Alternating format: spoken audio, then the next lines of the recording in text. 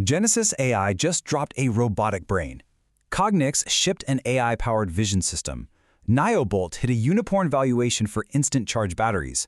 And those humanoids from Figure and 1X, they are literally walking onto real production lines as we speak. The pieces are finally converging: touch, vision, power, and brains. Welcome back to czverse. I'm Maya. In today's explainer, we're shifting away from those flashy lab demos and looking at deployable, physical AI. We're unpacking the dexterity revolution that is about to completely upend manufacturing, logistics, and eventually your own home. In this explainer, we're going to visually build the convergence stack of a modern robot straight from the inside out. We'll be hitting 1, the brain, 2, the senses, 3, the energy, 4, the body, and finally, 5, the macro impact this will have on the global economy. Let's get right into it. All right, Section 1, the brain, the operating system for human-level manipulation. So Genesis AI recently made some massive waves with their GENE-26.5 announcement. But here's the catch. They aren't actually selling a robot. They are explicitly selling the robotic brain.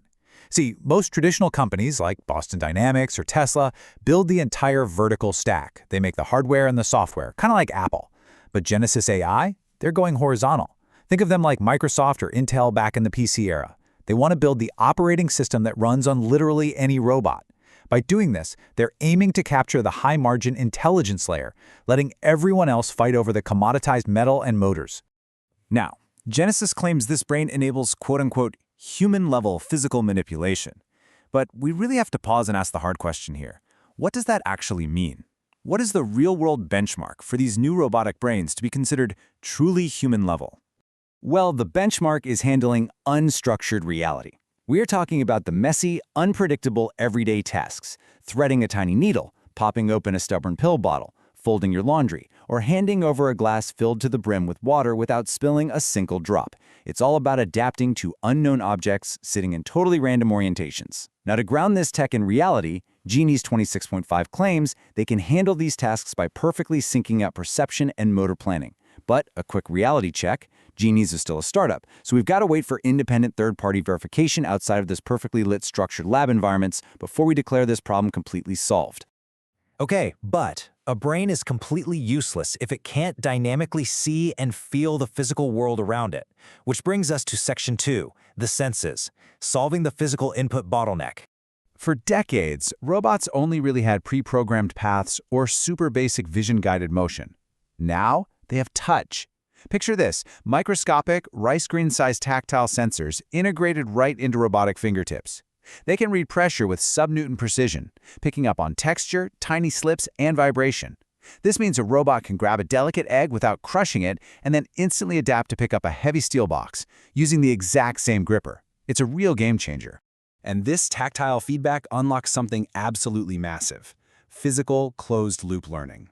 A robot can now train itself through its own trial and error rather than just copying videos of humans doing things. It grips an object, feels the slip or the pressure, adjusts its grip in milliseconds, and then, here's the crazy part, shares that data. It creates this massive data flywheel, almost like robots are dreaming, where the entire fleet collectively learns from every single physical interaction. The other crucial sense is vision. Cognex's new AI vision system is completely flipping the script here.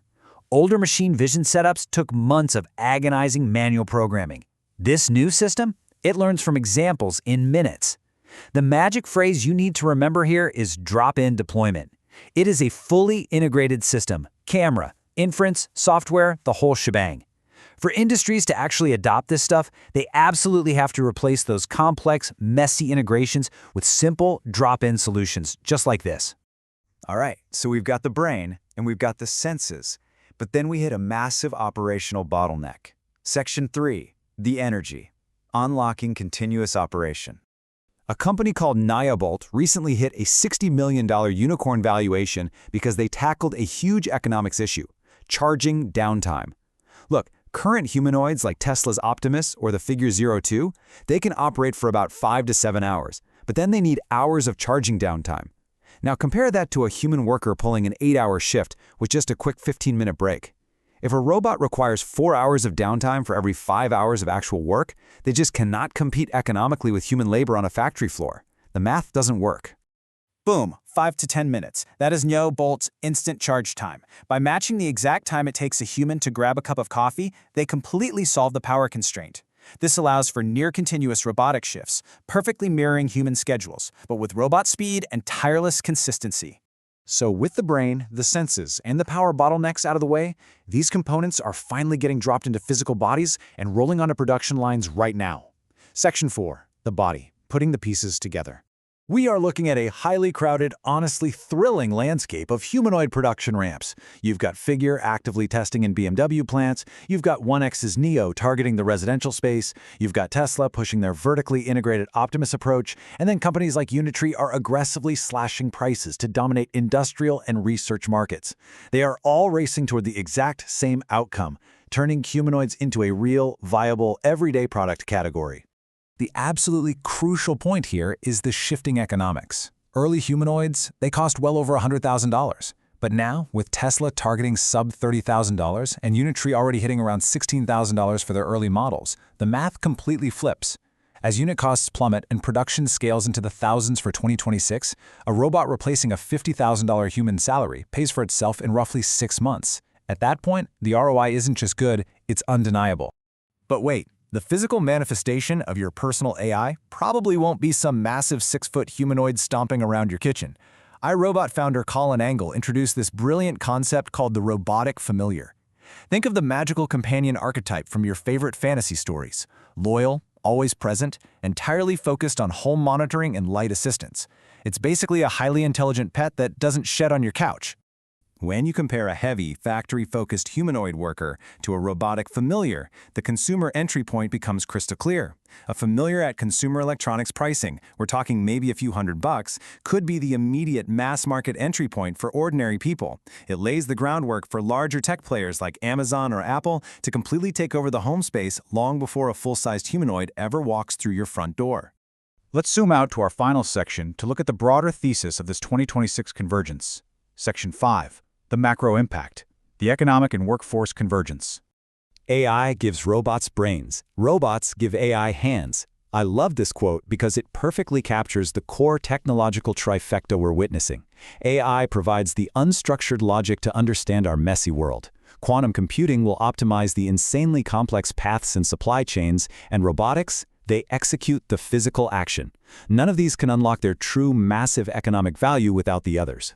Based on this rapidly accelerating timeline, McKinsey is projecting the robotics market will soar into the hundreds of billions by 2030 and cross the $1 trillion mark by 2035. We're seeing warehouse and industrial scaling happening right now as we head into 2026, shifting into service and familiar robotics by 2027, and setting the stage for mass home humanoid deployment beyond 2030. Which leaves us with a grounded, pretty sobering reality to consider. Tasks that have historically been incredibly hard to automate, picking delicate produce, assembling tiny electronics, providing elder care, are suddenly on the table. The jobs at risk are very real. As this deployment speeds up, the productivity gains will be absolutely massive. But here's the ultimate question. As robots master the physical world, are we actually prepared for the sudden automation of manual labor? Or will workforce disruption completely outpace our political response? Think about that for a second. This has been czverse. We'll see you in the next one.